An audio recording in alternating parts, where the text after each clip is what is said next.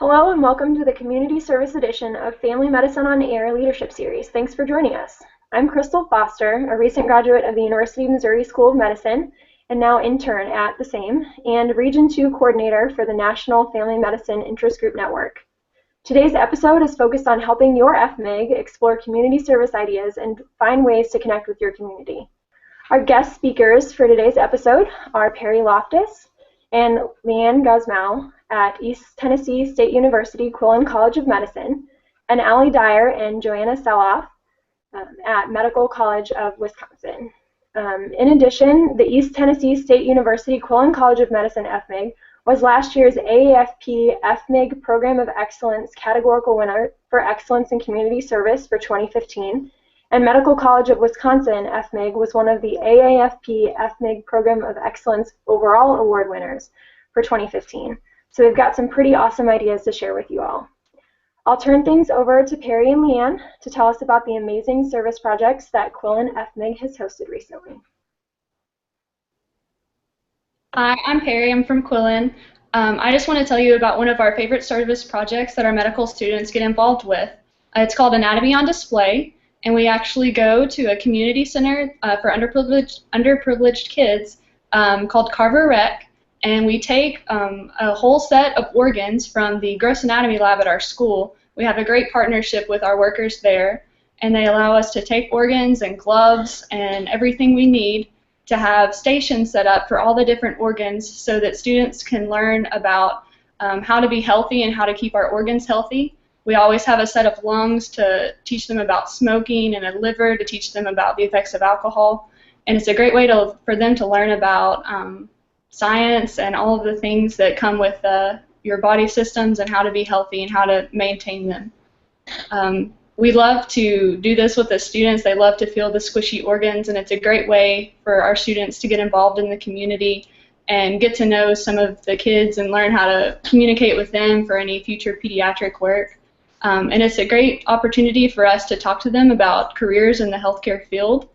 We get to talk to them about what it takes to become a doctor and to encourage them to stay in school and study hard so that they can become future doctors as well. And I'm Leanne. Another project that we kind of started at the same place, the community center, was called Meet the Doctor, and this kind of originated from a lot of us being on our peds rotation and discovering that the little kids are just afraid to see the doctor and probably need more knowledge so that they're not scared when they go into the pediatrician.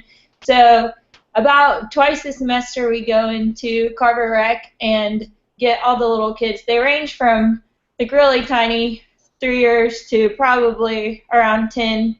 And they come in and we just take like our otoscope and our stethoscope and all the different instruments that we use that they would probably get used when they go to the pediatrician, and just show them how they work so that they're not scared, let them touch it, let them listen to their own heart, and kind of explain in basic terms to them what we use them for so that they're not scared and daunted by it. We've seen that this has been really good for them, and then they can practice on each other. We're a little scared when they start using the otoscope, but they at least get to interact with each other, and they find it really fun to listen to their own heartbeat. So, and then we just try and teach them why we're doing this and what we're looking for with their heartbeat and what we're looking for in their ears if their ears are hurting and those kind of things. So we have about 15 to 20 kids who come to each of the things, so it's been pretty successful, we think. So. Thank you, Perry and Leanne, for sharing. I'd like to turn things over to Allie and Joanna from Medical College of Wisconsin to share their projects. One of our projects is called Patient Education, and we have a free clinic in downtown Milwaukee that serves the underserved communities there, and it is totally run by medical students at Medical College of Wisconsin. And as this program, students that are part of our patient education program, they work with the patients that come into this Saturday morning clinic, and we have created many handouts and other tools to help them educate them about their chronic illnesses, because a lot of these patients come in and they don't have the resources for medications other than what we can give them at the free clinic. So we try to educate them on lifestyle changes to help with their chronic illnesses like obesity and diabetes and hypertension.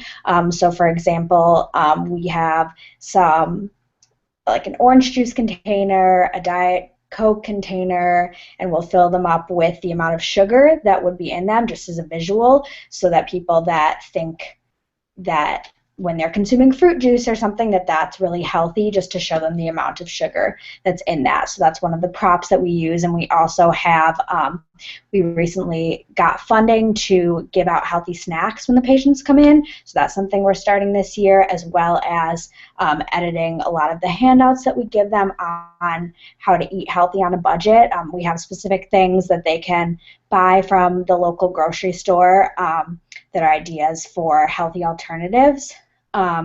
And we also, a new plan this year is to have the patients come up with SMART goals. So when our patient educators go in, they can talk to them about picking one specific thing to work on and change in their daily life that will help them live a healthier life.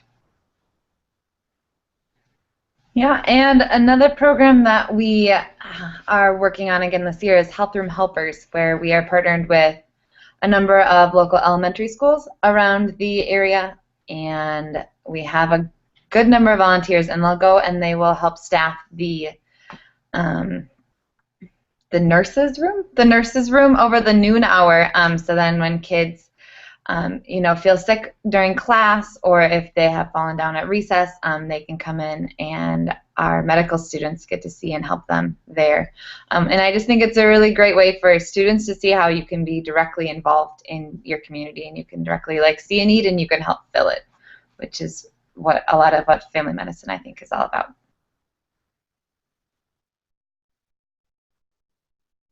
Thank you, Allie and Joanna, for sharing. Those sound like some amazing projects that you've got going on.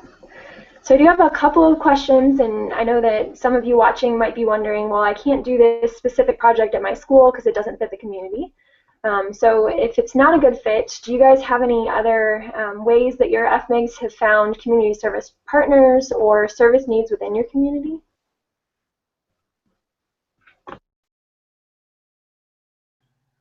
One way that, especially for Health Room Helpers, that I found is really you have to go out and ask, and you find a school and you can find a teacher, and then you ask her if she knows other educators who have a similar need in their classroom, and then it's just networking over and over, because we've gotten a few contacts, and then that helps just branch into all of the schools that we've gotten to partner with. And specifically, we found with Health Room Helpers that in our community we don't employ full-time nurses in the elementary schools, so that was something that we were able to identify by talking to the schools, and they were able to tell us that this is something that would, in addition to benefiting the medical students because we get experience, they expressed that this was an area that they could really use some extra help.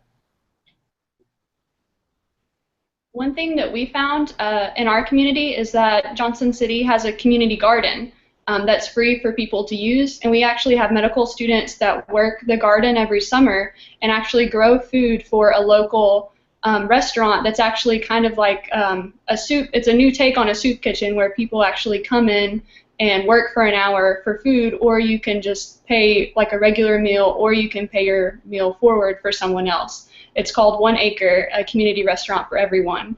And these kind of restaurants are opening up more and more across the country, and it's really great. We actually made a cookbook and sold it to raise money for the cafe from medical student recipes. So it's just a great way to get involved in the community, to learn how to be self-sustainable and growing healthy food, and then to be able to provide that for free to a local restaurant and to a good cause.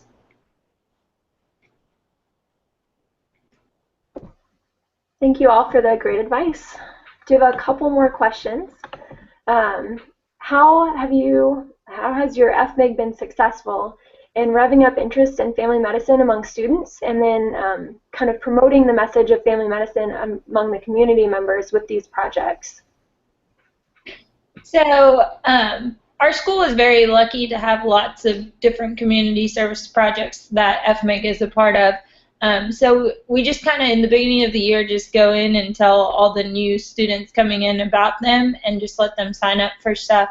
But then also our FMIG is really good about having workshops for the M1s and M2s where they can kind of practice different things. So this year we took the approach of targeting all the different aspects that family medicine deals with. So like geriatrics and splinting, some doctors do splinting and casting and all those things. So our different workshops focused on that. We had an OB workshop for family docs who deliver babies, and we did a workshop where we started IVs and had casting. So we kind of get our group that way, and then explain all these events that they can volunteer in and kind of give back to the community that way.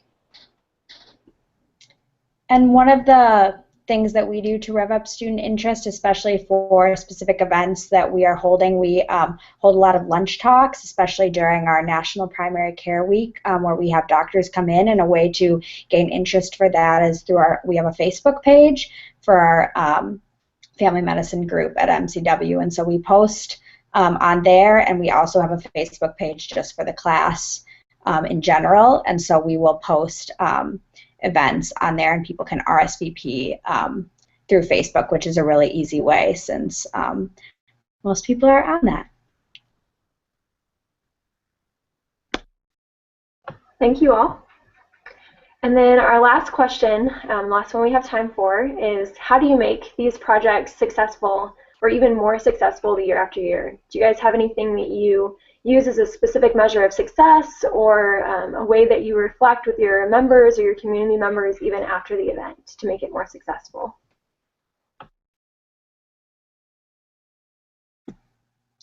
One thing that we do with our programs in the schools is talk to the teachers at the end of every year and really get their opinion on how things went, and if they had feedback from the students. It's hard for us. We can't really follow students for many years. We just kind of have to listen to what the teachers say, so we don't really know if talking to kids about healthy eating in the long run helped that specific child's obesity, but we can talk to the teachers and see if they feel like it is making an impact on children.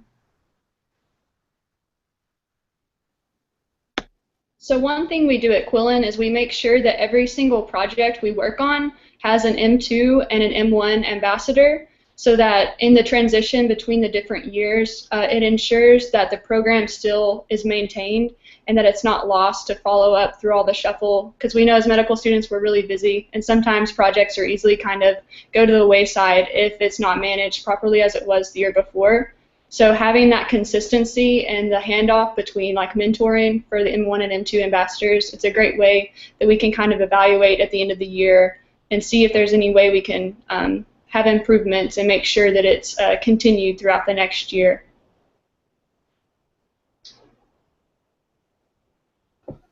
Those both sound like really successful ways of making your projects more successful for the next year. Thank you. So I'd just like to take a few minutes to kind of point out some other resources in addition to our lovely speakers today. So if you'd like to learn more about the service projects or other programming ideas from past winning Program of Excellence Award applications, you can visit aafp.org/fmig and then search under the programming ideas, or you can follow the link on the description for this episode. It should go straight to those applications. We also hope you'll join us for more episodes of Family Medicine on Air, and be sure to check out those past episodes at aafp.org/fmonair. And then thank you, Perry, Leanne, Allie, and Joanna for joining us today and sharing all of your great ideas that your FMIGs do every year. And thank you to everyone else for listening in.